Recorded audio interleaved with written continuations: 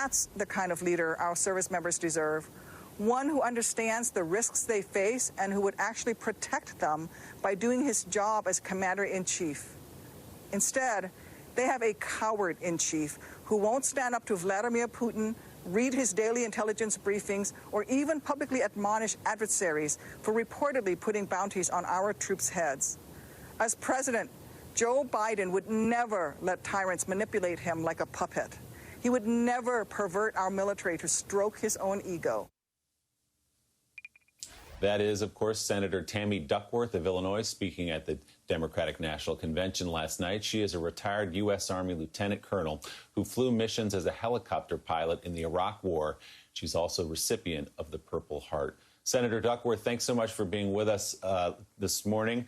We saw last night Joe Biden echoing a sentiment you just delivered right there. I think he probably was at his angriest in that speech, if there was a moment of anger, when he talked about the alleged Russian bounties on American troops inside Afghanistan. You talked about that last night. What do you think it tells you about President Trump as a commander-in-chief that he was not willing to bring that up on phone calls repeatedly with Vladimir Putin? Well, he's a failed commander-in-chief in my book. Any commander-in-chief knows, any commander knows that you put your troops first, and this president has continually put Russia and Vladimir Putin's orders first before the well-being of his troops. He's not a commander. He's failed. He's failed in the most basic of his duties. So, Senator, some critics of Joe Biden, when they look at his long record on foreign policy, point to his vote on the Iraq War. Of course, he's not alone in voting for that war among Democrats. What do you make of his foreign policy career generally? Do you view him as an interventionist, or do you view him as something else? How do you look at his foreign policy? Well, I think at this point in our nation, where Donald Trump has turned us almost into a pariah among nations, turning our backs on our allies, walking away from international accords and agreements and associations, I think that Joe Biden's long history and expertise in foreign affairs is really going to help our nation regain its place in the world and regain not just the trust, but our leadership role that is sorely needed on a global stage. So I think that having Joe Biden in the White House will actually allow America to lead the free world as we used to do, instead of being a nation that is scorned by our former allies. On so many levels, I completely understand how you feel and what you are saying, Senator.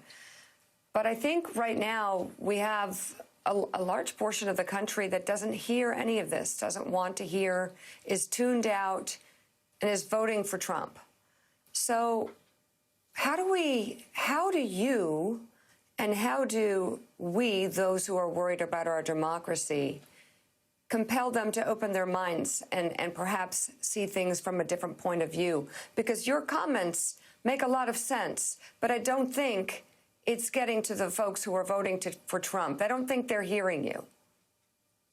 Well, I think that the members of our military are hearing me, those that did vote for Trump, because they are appalled that he would use the military against Americans who are peacefully exercising their democratic, constitutionally guaranteed rights. That part of my speech was directly aimed at the military because they know that the military is a part of American institution that needs to be apolitical.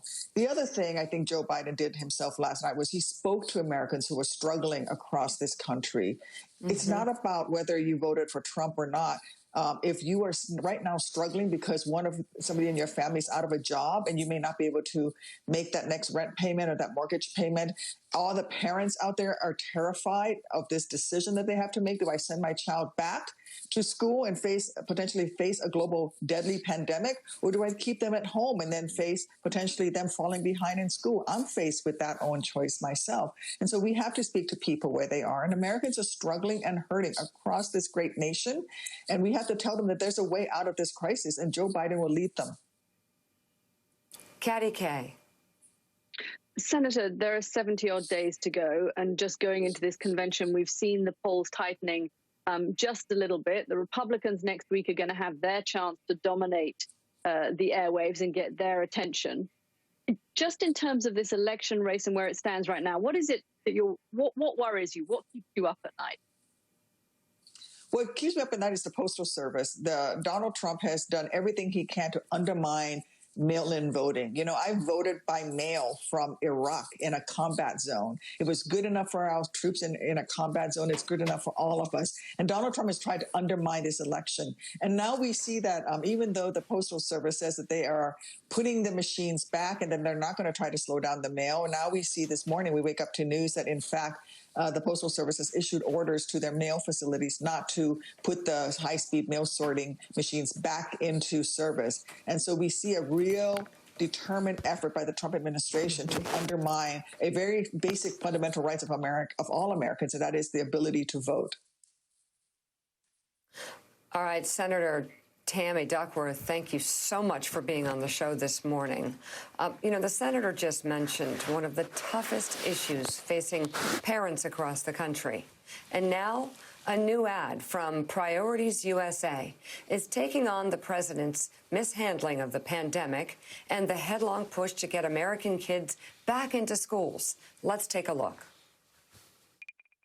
I want my child to go back to school, but we have to fix why schools closed in the first place. Donald Trump has failed us. He tells everyone, let's just open up the schools, but just do it is a Nike slogan. It is not a public health plan. I am a Republican, but I will not be voting for Trump this year. I cannot support a president who will not listen to the experts on such a life and death issue.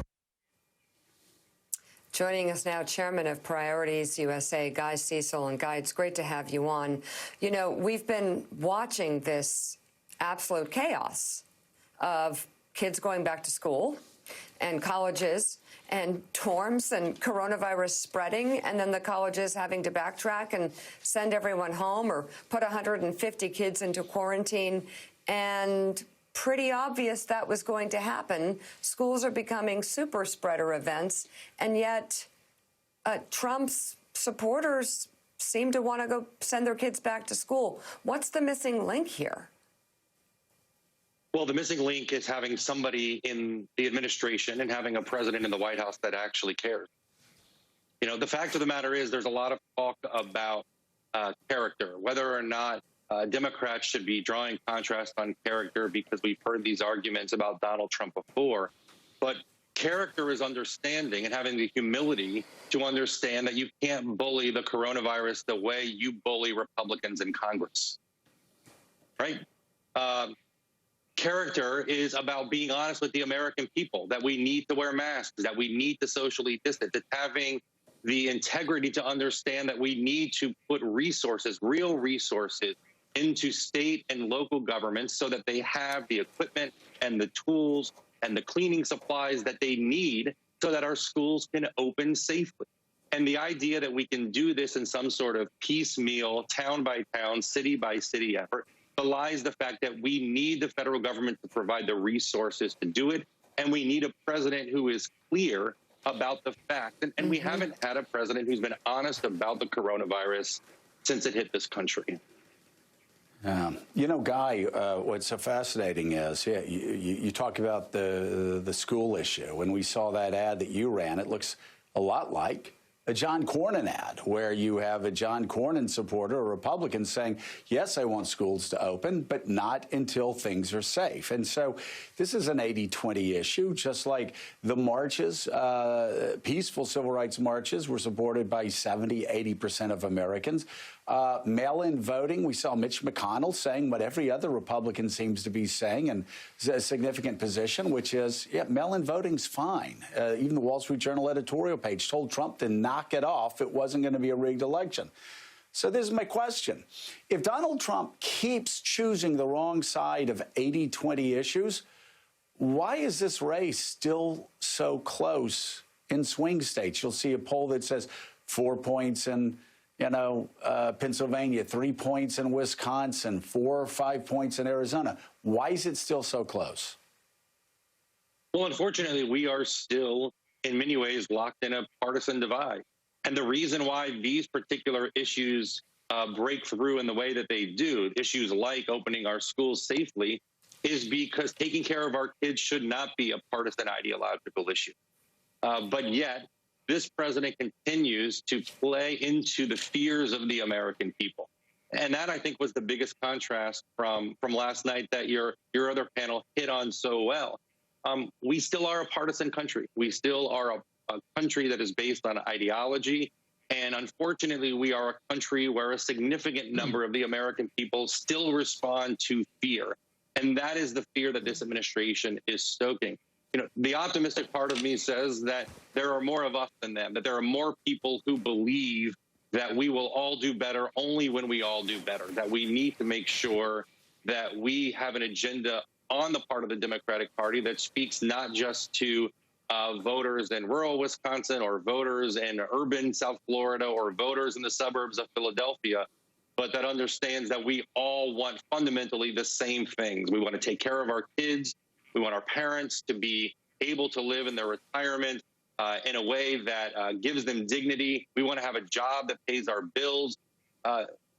Regardless of where you're from, this is what we want as Americans. And if we just continue as Democrats to focus on those things and not chase down every rabbit hole, the insanity of this president and this administration, then we will win in November.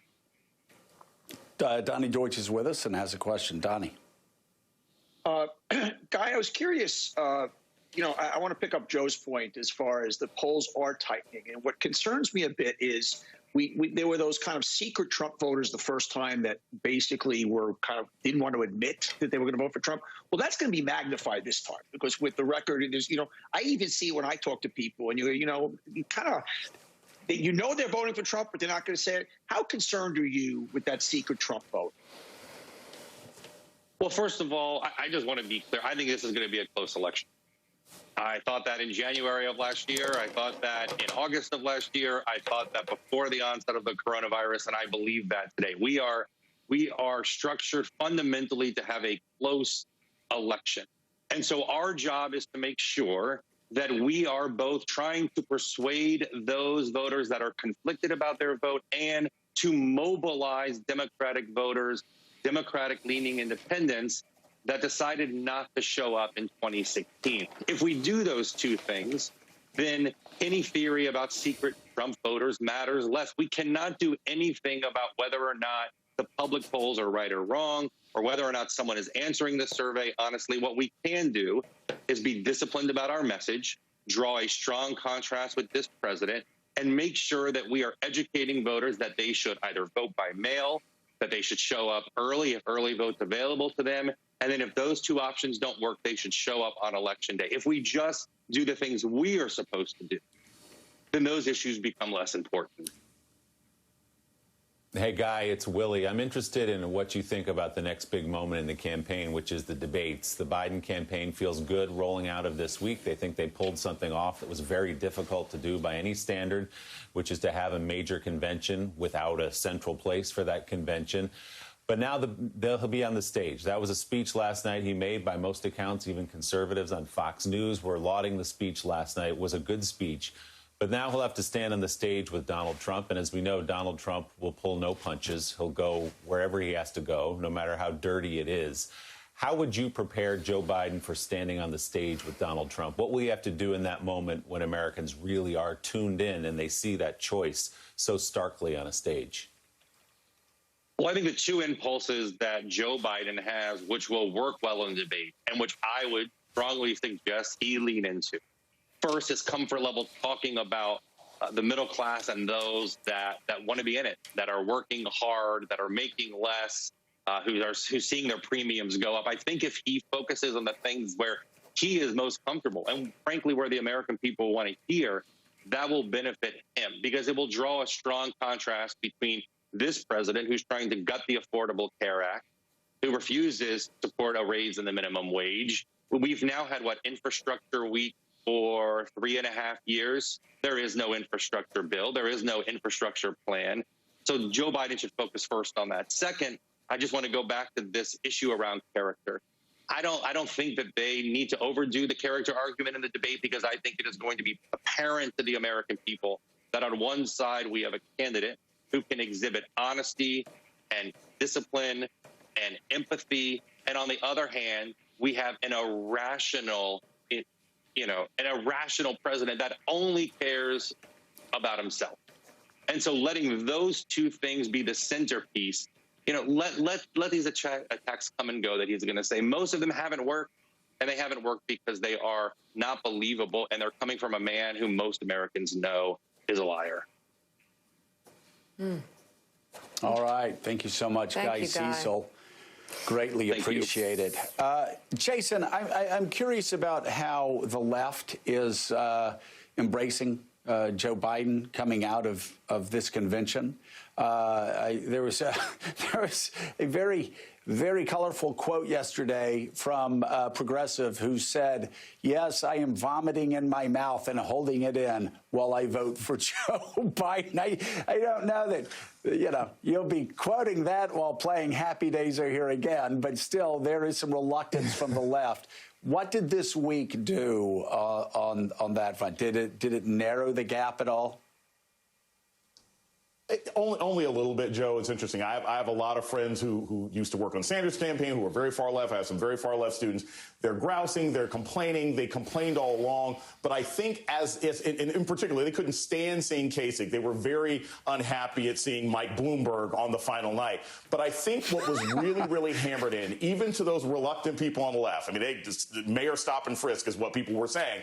But I think what really kind of hammered into the left is like, okay, look, we don't like Joe Biden for a lot of different things he's done, but we might be able to work with this guy in a way that we cannot work with Donald Trump. We've seen that we cannot work with Donald Trump. And I think that a lot of those people have come around to that decision. They've had time to mourn. It helps that Senator Bernie Sanders is all in on Joe Biden. It helps that you have people like Elizabeth Warren, who has Black Lives Matter in the background. So I think that eventually a lot of those people have come to tolerate Joe Biden and Senator Harris, at least enough that they can vote for them to fall, even if they're going to hold their nose when they do it. Well, so Gene Robinson, let's talk about Senator Harris. How was this week for her? How was her launch? You've written a column saying she needs to get in touch with her inner Ali. I think she's got it. Yeah, and I think she's got it. I think he's in there. Look, I think it was a great debut for her. I mean, but here's the issue going forward. I thought her speech was very good. She had to introduce herself to the American people, and that's what she did. Going forward, after this week, the whole theory of Republican theory of how they were going to define Joe Biden really falls apart. I mean, he's not senile. He's not some tool of the far left. He's Joe Biden. He's the same guy who's always been for 50 years. And they're not going to really crack that. But I think they're going to go hard at Senator Harris because she's less well known. She is, she's been around for a while, but she hasn't been around for 50 years. A lot of people don't know her outside of California, and I think they are. So I think we're going to see the racism card come out. We're going to see the anti-immigrant, the xenophobia card come out. We're going to just see an attempt to paint her as some sort of exotic danger to the republic, and I think it's going to be really slimy, and it's going to be awful, and she's going to have to fight back. I think she will. I think she's shown many times that she is one tough woman, but she's going to have to be.